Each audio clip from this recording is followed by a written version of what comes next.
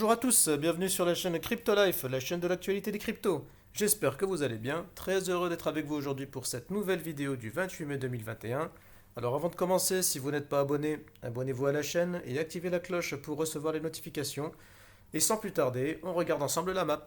Alors aujourd'hui, clairement, on a une map qui est dans le rouge avec un BTC à 35 941 dollars qui perd 8,14%, un Ethereum à 2482 dollars qui perd 10,88%.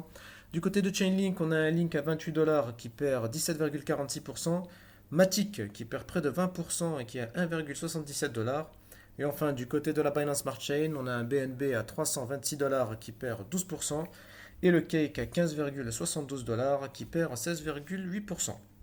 Alors après la journée d'hier, plutôt calme sur le marché des cryptos, on aurait pu s'attendre à une journée dans le vert pour les alts aujourd'hui, à condition bien sûr, comme on l'avait vu, que le BTC reste entre les 38 000 et les 40 000 dollars. Alors malheureusement, le BTC est en baisse et il entraîne avec lui l'ensemble du marché.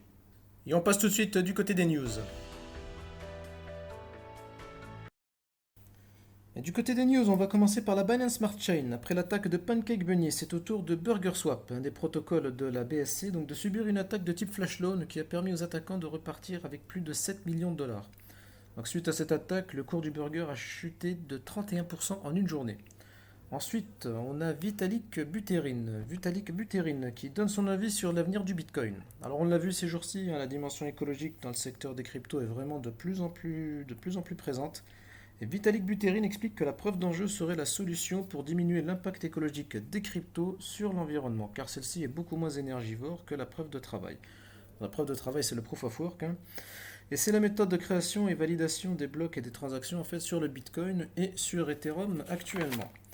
Et justement, en fait, Vitalik Buterin qui en profite pour rappeler que Ethereum va effectuer cette transition de la preuve de travail à la preuve d'enjeu avec l'arrivée d'Ethereum 2.0 pour la fin de cette année si tout se passe bien d'ici là.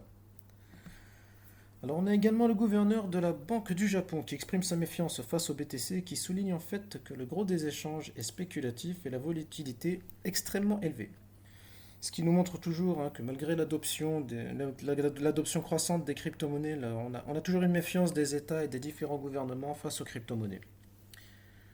Alors on a également l'or qui se renforce à mesure que le Bitcoin baisse, et ça on l'a vu depuis quelque temps en fait que le cours de l'or s'était plutôt bien repris depuis le mois d'avril.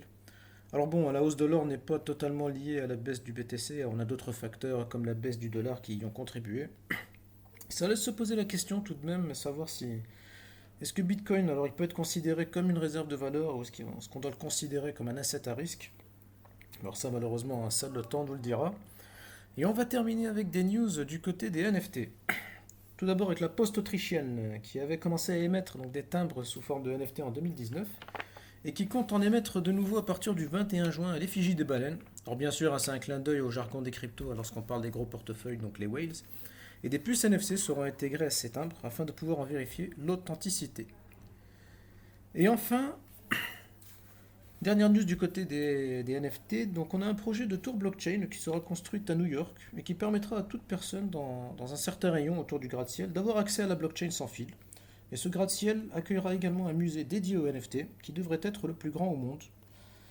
Alors tout ça, ça nous montre bien que la hype autour des NFT n'est toujours pas terminée malgré la baisse actuelle du marché des cryptos. Et donc on a terminé avec les news et on part tout de suite du côté de l'analyse des graphiques. Alors du côté des graphiques, j'en profite pour vous montrer le graphique du S&P 500. Pourquoi je vous le montre? En fait, si vous êtes focus sur les crypto-monnaies uniquement, c'est quand même intéressant de jeter un coup d'œil du côté de ce qui se passe sur le marché des actions. Alors garder un œil sur le S&P 500, pour moi, ça reste toujours pertinent. Alors même s'il n'y a pas une grosse corrélation entre les deux marchés en ce moment, on l'a vu, le marché des cryptos est en baisse alors que le marché des actions est vraiment haussier. On le voit, on est au-dessus de cette oblique là, qui sert de support. Peut-être un petit biseau ascendant, un petit retracement prochainement à surveiller, mais en tout cas, le marché est très haussier pour le moment. Ça reste quand même pertinent de jeter un coup d'œil de temps en temps au S&P 500. Allez, on va tout de suite passer du côté des crypto-monnaies. Alors, du côté de la market cap totale, alors, il n'y a pas grand-chose à dire. Il faut maintenir ce niveau des 1,5 milliard, 1,3 milliard. Si on passe en dessous, là, on pourrait rapidement redescendre à 1 milliard. Et là, ça entraînerait une chute beaucoup plus conséquente sur les cryptos, surtout en ce moment avec un BTC qui est malmené.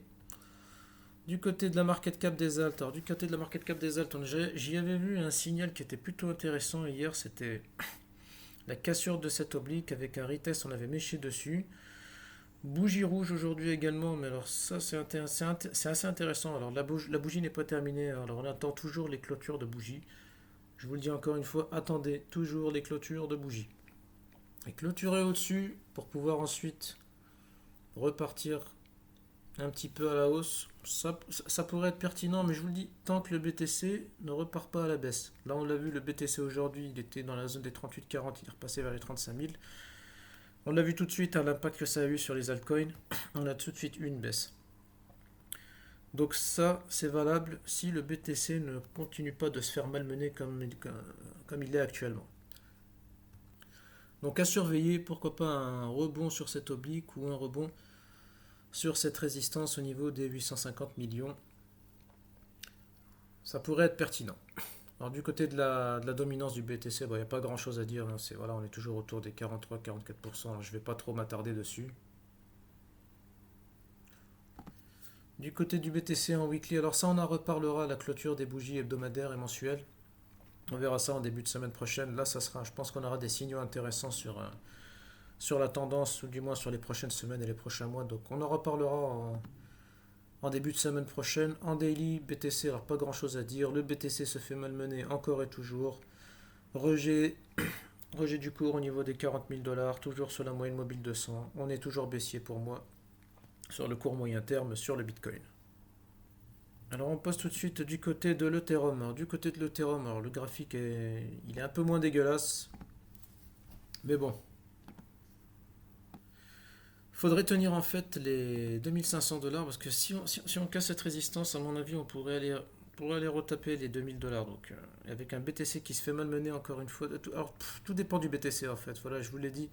Les graphiques sont intéressants. Il y a des graphiques qui sont un peu plus intéressants hein, au niveau des alts. Mais faut attendre des signaux du côté du BTC. Voilà. Alors on pourrait repartir peut-être à la hausse ici, là, au rebond sur cette résistance sur ce support au niveau des 2500 $. Si on le casse, pour moi c'est retour aux 2000 $ pratiquement. On ira retoucher les 2000 $. Côté du link, donc pas grand chose à dire. Hein. On a buté sur la résistance au niveau des 34-35 $. On s'est fait rejeter, donc retour aux 30 $ aujourd'hui actuellement. Alors, on a vu qu'on a quand même éché à 27-26 $. Ce qui serait intéressant aussi, ce serait justement de repartir un peu à la hausse, mais ça dépend, je vous dis sur les alts en fait, ça dépend du Bitcoin. Hein. Si Bitcoin continue de se faire malmener, on pourrait venir facilement retoucher les 24-25 $. Donc on va attendre des signaux du côté du BTC en espérant qu'il se stabilise. Et voir si le petit signal qu'on a vu là au niveau de la market cap des alts se confirme à la hausse. On va voir, ça pourrait entraîner une hausse du côté des alts.